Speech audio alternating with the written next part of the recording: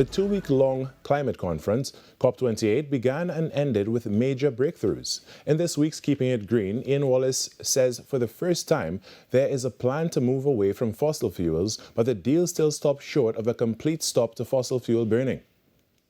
Rediscover Flow at discoverflow.co. Flow, inspired by you.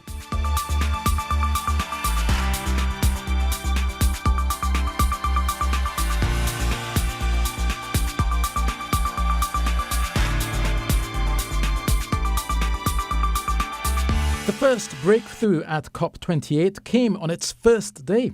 Negotiators from nearly 200 countries and groups with some 85,000 participants from civil society, business, indigenous peoples eventually finalized details on a fund for loss and damage caused by climate change. A loss and damage fund would help vulnerable developing countries cope with the adverse effects of climate change, paying for technical assistance, adaptation efforts, and clean energy transition. However, financial pledges are far short of the trillions needed. The second breakthrough is the first ever global stocktake. I invite the CMA to adopt the draft decision entitled Outcome of the First Global Stocktake, contained in document FCC/PA/CMA/2023/L.17. Hearing no objection, it is so decided. Stocktaking assesses each country's progress on cutting emissions and ramping up adaptation efforts. The stocktake calls for a tripling of renewable energy capacity and a doubling energy efficiency improvements by 2030, says the UN, helping nations align their national climate plans with the Paris Agreement before the 2025 delivery deadline. President of COP28 and Special Envoy for Climate Change for the United Arab Emirates, Sultan Ahmed Al Jaber, praises an historic climate conference in Dubai. We have language on fossil fuel in our final agreement for the first time ever. Meantime, the 39 small island developing states say most developed countries are off track when it comes to meeting their Paris Agreement goals. Anne Rasmussen from Samoa expresses disappointment that the global stocktake does not deliver on a subsidy phase-out.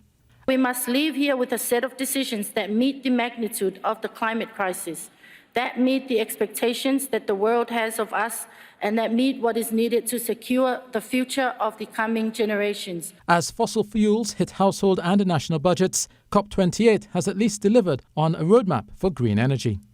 The global stocktake showed us clearly that progress is not fast enough, but undeniably it is gathering pace.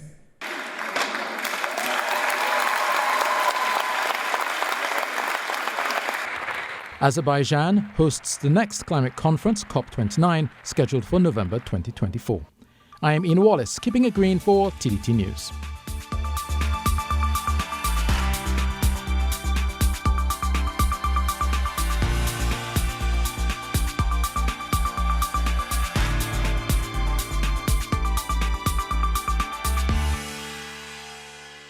You exercising to get fit and healthy, going to the rivers and beaches to spend time with the family, yet you're leaving the place dirty. Whether it's Chancellor, Buko, the Savannah, or one of the streets by we, let us reduce, reuse and recycle and clean up the country. No matter your age or gender, everyone can be an earth defender. Get into green with Swim Call. 'Twas the month before Christmas, the season of chaos, and Donna was worried. She wasn't ready for Christmas. But the everything plan she signed up for one day marked the beginning of gig speeds and the season of giveaways. Home makeovers, groceries, tech, and cash galore for paying her bill and switching to more. What were the chances? Donna thought with a blush. Flo truly meant it when they'd said, Christmas is on us.